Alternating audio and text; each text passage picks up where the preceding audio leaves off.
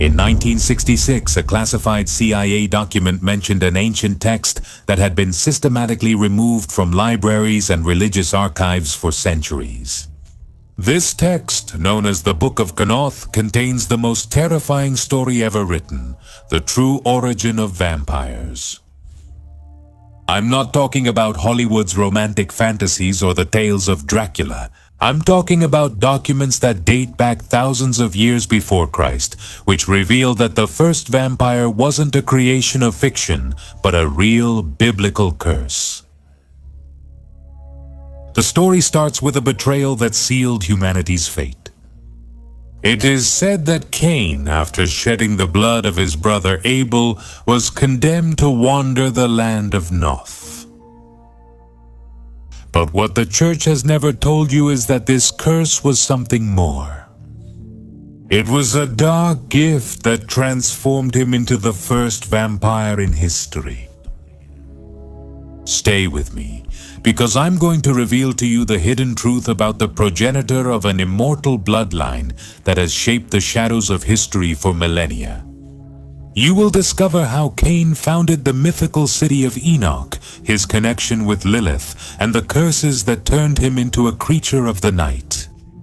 And don't even think about missing the end, because what you'll discover about the apocalyptic event known as Gehenna.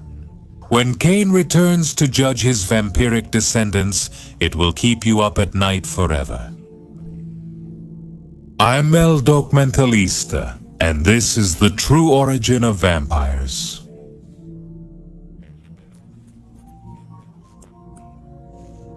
The story that the church hid.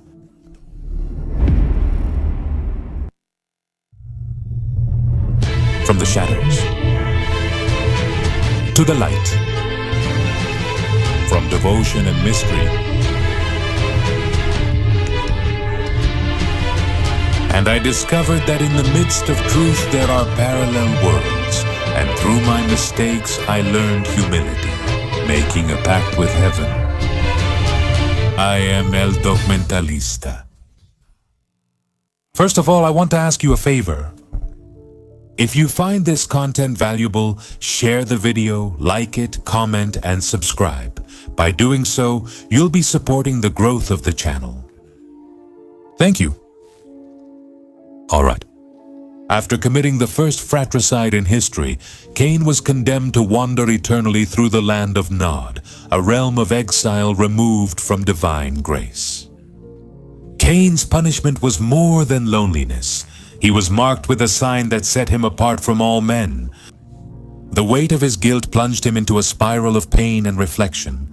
With every step in the land of Nod, he drifted further from his humanity. But during his journey, Cain met someone who would change his destiny forever. Lilith, the first wife of Adam.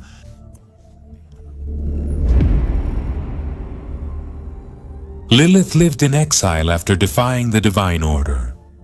She recognized the mark of a divine curse on Cain, but she also saw a unique potential in him. She welcomed him, offering him comfort and revealing to him her mastery over the magical arts. Fascinated, Cain begged her to teach him her secrets. Lilith performed the mysterious ritual of awakening. This ritual, which involved her own blood, granted Cain unimaginable supernatural powers. After drinking from the chalice prepared by Lilith, Cain was visited by angels sent by God. Each angel offered him a chance for redemption, but Cain rejected them all.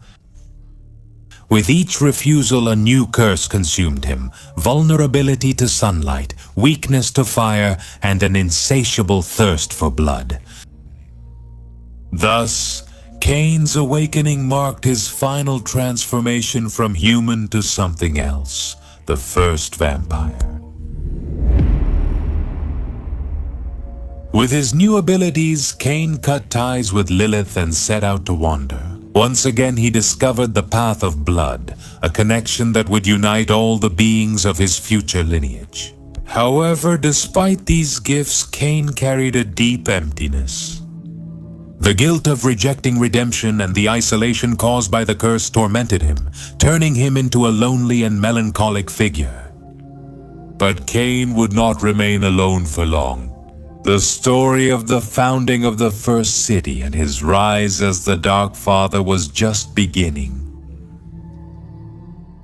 After years of wandering alone, Cain found a small farming community called Ubar, inhabited by the children of Seth. The mark on his forehead and his impressive powers led the villagers to worship him as nearly divine. Ubar was ruled by Enoch, a young and wise king who recognized Cain's extraordinary presence, captivated by his strength and immortality. Enoch, not to be confused with the Enoch who would become Metatron. He abdicated his throne so that Cain could rule. The city under Cain's leadership, Ubar, was renamed the City of Enoch and began to flourish in ways previously unimaginable.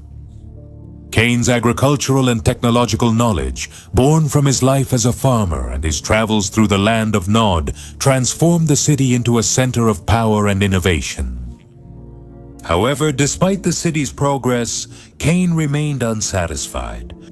His loneliness still tormented him, especially when he observed the love shared among mortals.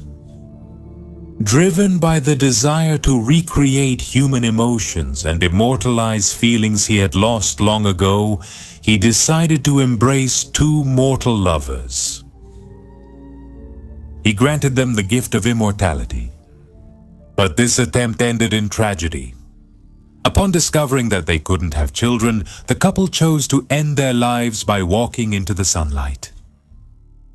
Devastated, Cain vowed never to grant immortality lightly again. However, despite this promise, his loneliness eventually led him to create his first progeny. Enoch, Irad, and Sila. Enoch was the first to receive the embrace, becoming Cain's right hand and the political leader of the city. Let me know in the comments if you think these first vampires still walk among us, because what comes next is even more terrifying. Irad was blessed with unmatched strength, leading armies and protecting the city. Sila was chosen for her immortal beauty, but she struggled to accept her new nature. Cain's bond with his children created a strong lineage, leading to the second generation. Over time, Cain's children began to create their own progeny, forming the third generation, known as the Antediluvians. Thus, the first city became the cradle of vampire society, governed by the laws of Cain and defined by a fragile balance between mortals and immortals.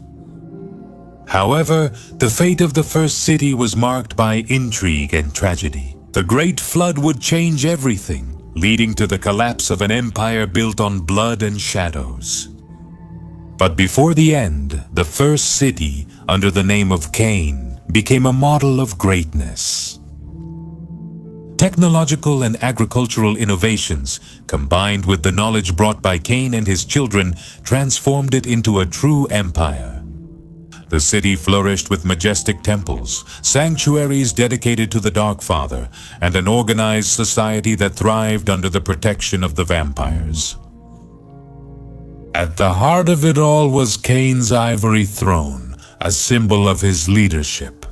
However, this harmony began to unravel when the third generation, the Antediluvians, started to show ambition and a thirst for power. These newly created vampires, removed from Cain's wisdom, did not share the same respect for the laws he had established. Their intrigues and manipulations put the city at risk, creating internal rivalries and instability among the emerging clans. The final tragedy came with the flood, a catastrophic event that many believe was a divine punishment for the accumulated sins of the city. The flood devastated the first city, destroying not only the children of Sed, but also the temples, sanctuaries, and monuments built by vampires. Many antediluvians and their progeny managed to escape, but vampire society was left in ruins. Cain, overwhelmed by grief at seeing his creation in ruins, disappeared into the shadows. Some say he sought refuge in a distant place, unable to bear the weight of his guilt. Before leaving, Cain confronted the surviving progeny, rebuking them for their disobedience and placing a curse upon the antediluvians. Each clan would be marked by a unique weakness, reflecting the sins and failings of their leaders. With the destruction of the first city, the vampires scattered across the world, rebuilding their society in a new city known as the Second City. However, without the leadership of Cain, the disputes and rivalries between the clans intensified. But here's what the church doesn't want you to know. Among the oldest vampires, the legends of Cain have never stopped being told. While the younger generations question his existence, the antediluvians and their direct descendants know that the Dark Father is real and fear his return. According to the Book of Nod, Cain will return at the end of times to judge his descendants. This event, known as Gehenna, is prophesied as the end of the vampire race, marked by the collapse of the entire structure they have built over millennia. The prophecy of Gehenna is described as an era of destruction, in which the antediluvians, hungry for power, will awaken from their slumber to devour their own progeny. Amidst this chaos, Cain will rise to destroy those who have dishonored his legacy. While many dismiss this event as a tale meant to instill fear, others see it as an inevitable fate. The Shabbatot, known as the Sword of Cain, believes that their mission is to prepare the way for the return of the Dark Father and to help in the defeat of the antediluvians. Interestingly, while the Shabbatot worships Cain as a savior, the Camarilla, another major vampire sect, does the opposite. They deny the existence of Cain and Gehenna, going so far as to destroy any evidence or text that mentions the prophecies.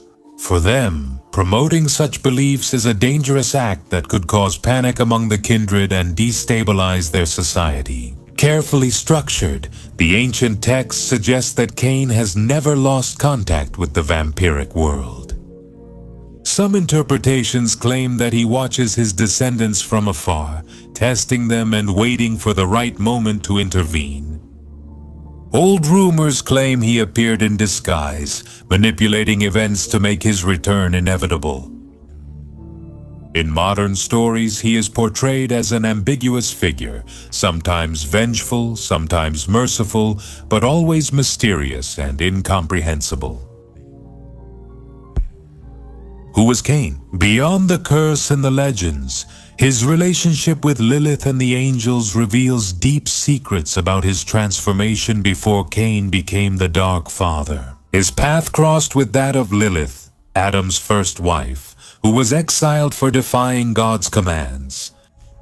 Lilith found Cain wandering in Nod, mocked and rejected. Seeing a soul as cursed as hers, she offered him refuge and compassion. Fascinated by her strength and wisdom, Cain begged her to grant him the gift she possessed. Though hesitant, Lilith finally agreed and performed the ritual of awakening, an act that forever changed the destiny of Cain. She cut her own arm, letting her blood flow into a chalice that Cain had to drink. Over time, Cain's influence spread through the generations. His children created the second generation, and these in turn gave rise to the antediluvians.